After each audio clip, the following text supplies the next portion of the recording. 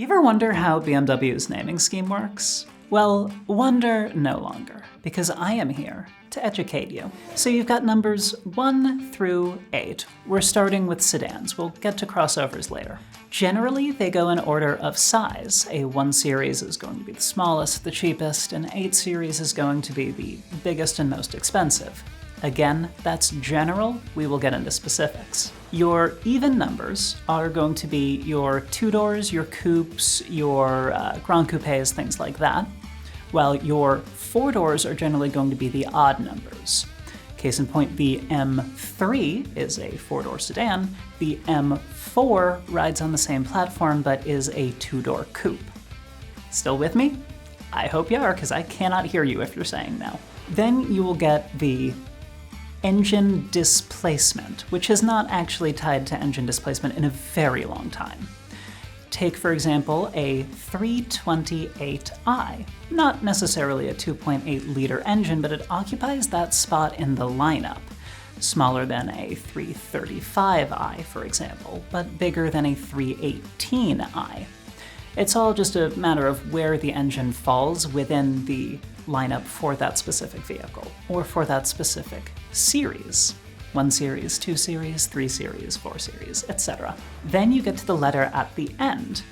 Generally, you're always going to have an I for fuel injection, but you can also have an X there for X-drive. That's just all-wheel drive. You can also have a letter at the beginning. If you have that, that's going to be an M. M335i would be an M Sport. It's not quite the full-fat M or motorsport model, but it's going to be more performance-y than a base car.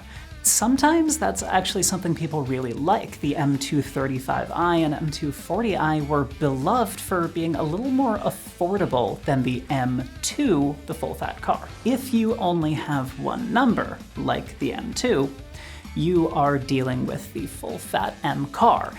You can go above that into a competition pack, something like that, the M5 competition with those really cool, yellow headlights and the bronze wheels. That's going to be the highest performing vehicle. M3, M4, M5, up to an M8. If there's a different letter in front of the number, now you're into crossovers. That's going to be an X. X1, X2, X3 for a crossover. You can still get these in an M version, but now the M is going to come at the end. An X5M is the top-of-the-line performance X5, obviously until you get into competition trims, things like that. You will also get into the electric vehicles. Those begin with I. Your i3, your i8, which is its own kind of weird case, because it does still have a gas motor. Most of the time when you have a hybrid drive like that, it's going to end in E, a 530E, for example. But with the i8, they hadn't quite figured that out yet, and they wanted that one to be special. It's fine. Things didn't used to be this bad. It used to only be odd numbers. The number after used to actually refer to the displacement. There was no E yet, there were no... Things used to be good. For more on this and everything else automotive, keep your eyes peeled to Jalopnik. Wipe the tears from them first.